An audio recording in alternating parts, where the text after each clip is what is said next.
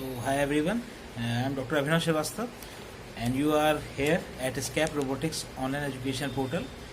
And today's the topic of interest, which I am very keen to express in front of yours, is how to read, how to understand the concepts of AI in a chronological manner. So, the thing is, when I am discussing certain topics with the MTech AI students, one thing to consider here, I want to share in front of you that. So I am talking for all the aspects of the education, and I have taken the topic of AI. Why I have taken the concept topic of AI? The thing is that in nowadays, AI has been a part of integrated part of each and every technocrat. We can say for academic purpose, for day-to-day routine purpose, or we can say for competency purpose also. Why I am asking for the competency purpose? The thing is that each and every company that is here in placement scenario, I have just visited the placement office here, and it's a very large university. And when I visited the placement office and I've talked to the placement department, the head of the placement department, most of the companies that shows the, we can say that are involved in the we can say in the innovation domain. Actually, techniques and no new things have been enrolled that should be enrolled either in the BTech curriculum or in the MTech curriculum. I am not saying that it should be in PhD curriculum, as because the fact is that in PhD the scholars have already completed their PhD based on the some new research work. Some we can say some innovative ideas should be there, and some innovation should be in that aspect that it will fructify the demands of the nation in which he or she is seeking the education of the PhD, or he or she has been given the PhD degree. So I'm just convolving it to just BTech and MTech level. What I have seen during my past 10 years of experience in the Lucknow region, the universities of the Lucknow region, I have worked with the various universities and the private institutions at Lucknow region. New ideas have been less welcome. So actually I have done PhD in robotics. That's I am a victim, we can say. I have seen that the what innovation strategy should be there is missing, slightly missing. It's hard to say, but it is the real aspect. So the government has put the norms of the NAC, NB and these kind of things because of the fact that students should be benefited based on the new innovation ideas should propagate in the mind of the student during their academics. But it has not been working so far. Many students, when I have reached the Gwalior, I have started teaching here as an associate professor, then I realized that the students are eager to learn. But the thing is that they are bound to either by academic curriculum or by the resources. So the major thing is what I am, why I am making this video. I just want to clarify that we in the modern times asking or teaching or questioning so much about the artificial intelligence. So when I talk about the artificial intelligence, the correct chronological order in which the AI should be taught. One thing, the important thing here to list is that AI is also an interdisciplinary branch. It is not solely located to a software counterpart. The first thing is it. First and the very important thing here, that each student, either undergraduate or in the graduation or in the postgraduate, he or she should have a clear concept that AI is not a thing that is sophistically allocated to a single branch of computer engineering, computer science engineering as well. This is not the concept. So when I talk to the professors of various universities participated in the various questionnaire sessions, I have realized that most of the students that are enrolled in the AI domain, that are seeking to enroll, or that are enrolled in the AI domain, that they have a common misconception that AI is purely related to the software counterpart.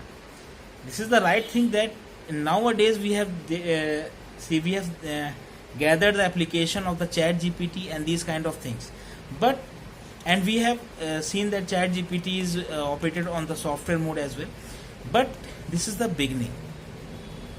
Each and every student have to mind it that this is the beginning.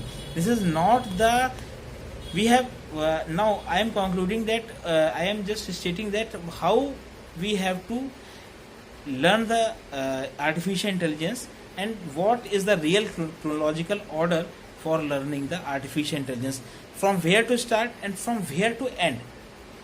Python programming, which most of the students have conception in their mind that Python programming is solely for the machine learning. No, this is not the case. Various other languages are also present, and with the help of Python we can achieve most of the things in the Python, but we have to learn the Python in that level also. Simple programming constructs are not the sole purpose of the Python. If we talk about the object-oriented paradigm that we follow in various programming languages prior to Python, we can say in before Python, what is prevailing in our environment is .NET, VB, Visual Basic, .NET. .NET has certain counterparts, VC Sharp, and VJ++ is there, VB++ is there. This complete package constitutes the .NET. Our .NET package has been concluded by these kind of we can say these kind of explicit compilers. So if anyone has the thing that that if anybody has read the .NET concept, there just-in-time compilation concept is present, because we have not to load the compiler prior to the module has been loaded. It depends upon the strength of the module as well as the requirement of the programming, that which compiler has to be loaded at the time of compilation. Okay, so this is the reason why we have introduced the basic concepts of the object-oriented programming.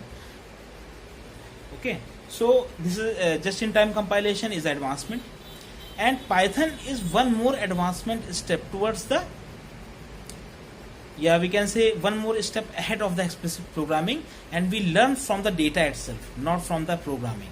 So if we talk about the AI, everywhere you found that learns from data is called the machine intelligence, or machine learning, we can say. Machine learning is a branch of AI that learns from the data, not from the explicit programming.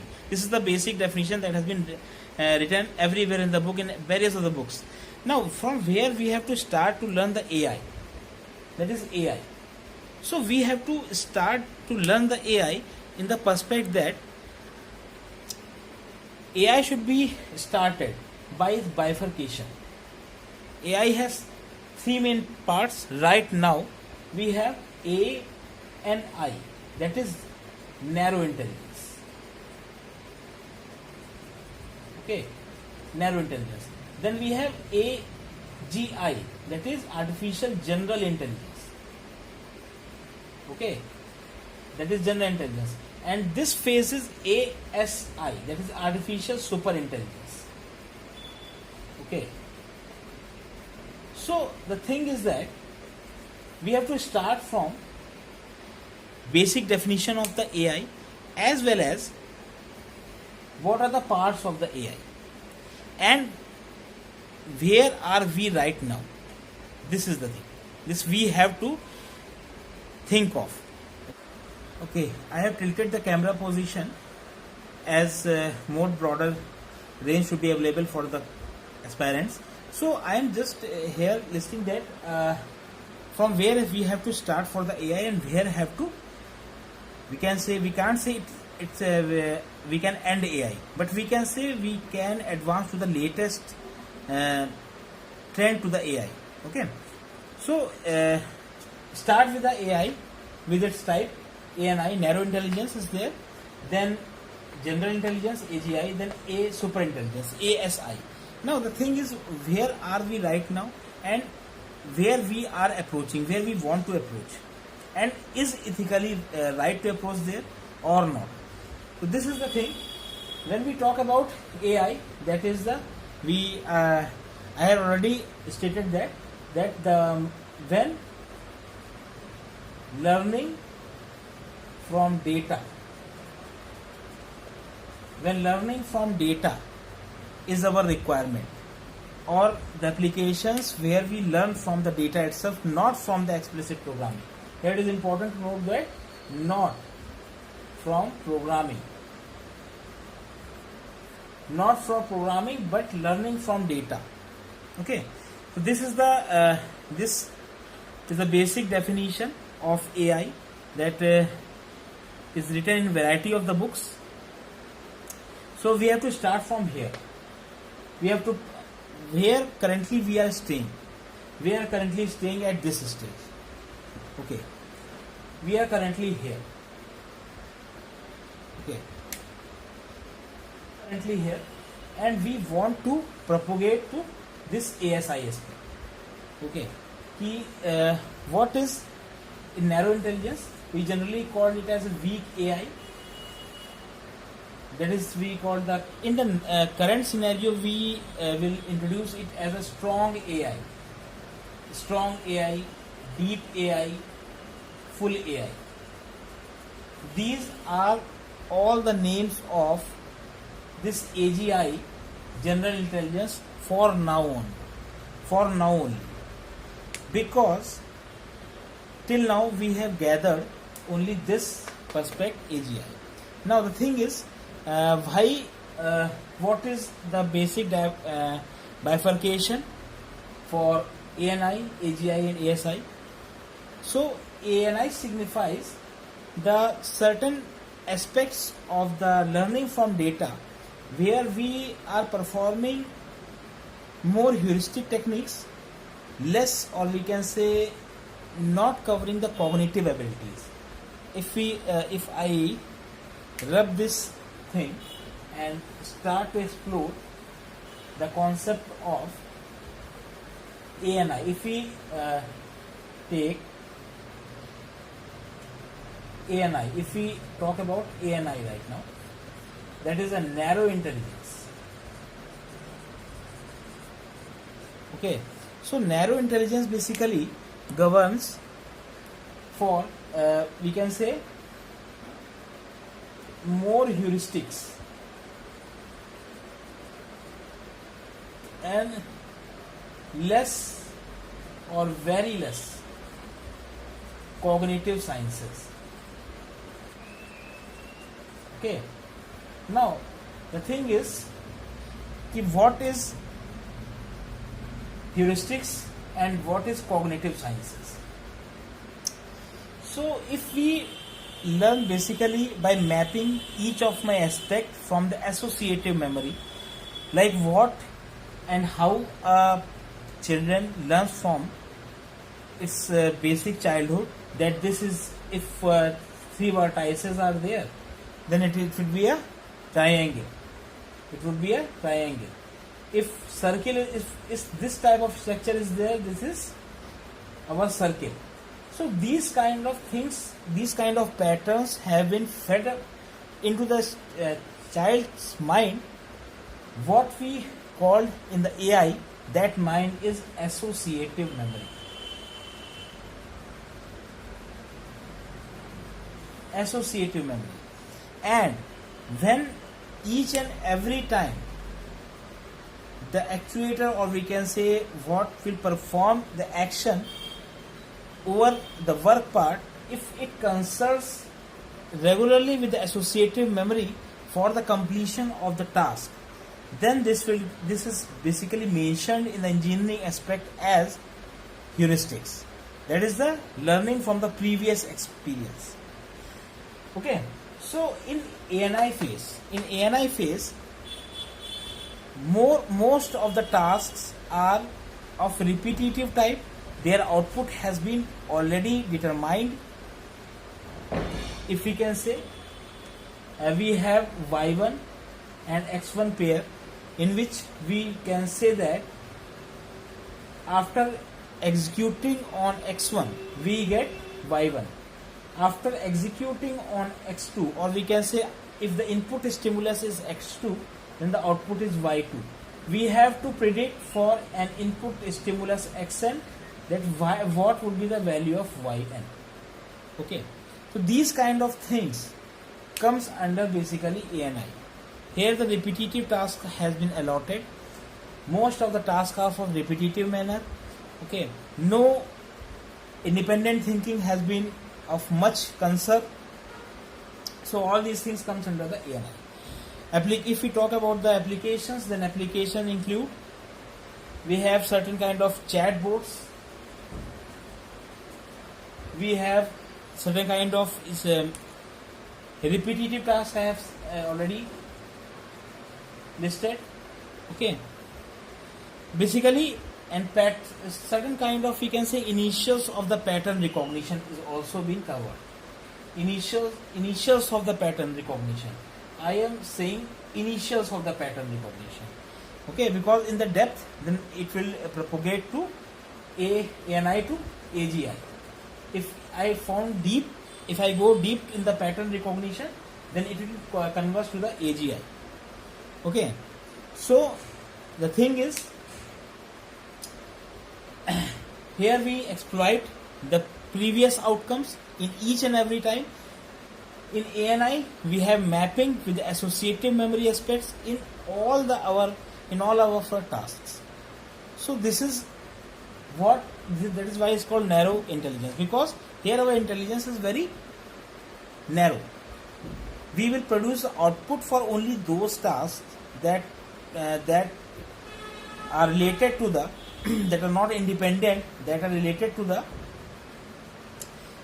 outputs that are already being achieved with the help of some other inputs.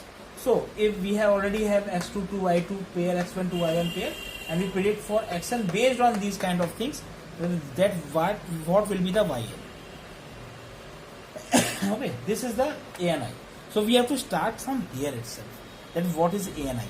Then we propagate to AGI. Now if at each step you will have to think of, you will have to a clear vision that you will at each step, every aspirant have to be a clear vision that if we talk about the ANI, if we talk about the AGI, if we talk about the ASI, if I compare these things, then what I can make a bar graph like when we studied during our BTech curriculum of DCN, where we have class A, class B, class C networks, like that. If we divide our bar, or we can bar it like this, then what will be there? Here, heuristics. This is the part of the heuristics. This is the part of the heuristics, major part of heuristics, or we can say I can cover it to here also. Okay, only this is the cognitive ability.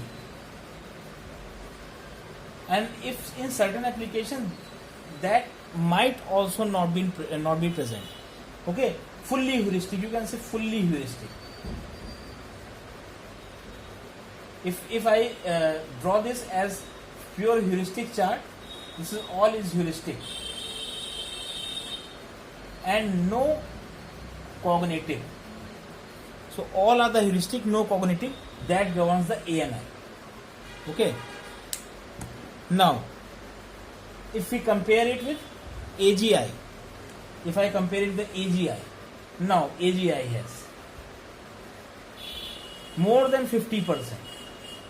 I can elongate the bar here. Greater than 50% is the heuristic science, and approx 40% or 30% that bar will remain will be the cognitive science. More the cognitive ability, more will be the independent thinking parameters should be there. Now in the next video lecture, I can easily provide you what is the meaning of the independent thinking, and how when I saying that independent thinking, how a machine can independently think, then we are propagating in that perspective also. This is not a very science fictional thing. We have achieved that. And how we will achieve that, this is the next section of this. Okay, so the thing is, when we talk about the AGI, now clearly see the difference between the ANI and AGI. In ANI, all bar has been covered with the heuristic sciences, while in the AGI more than 50%, but certain portion of the cognitive sciences would always be present. Okay, so more cognitive means more independent thinking. Okay, more cognitive sciences means more independent thinking. Okay, and more heuristics means we are just attached to the only that thing that has gathered the output. We have already obtained the output from the previous thing. No independent thinking. More cognitive ability means more independent thinking.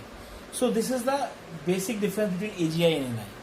Okay, applications is another part, but thing is that what is the basic difference between ANI and AGI is that in AGI cognitive sciences will always be present apart from the heuristics, but in ANI it is not mandatory.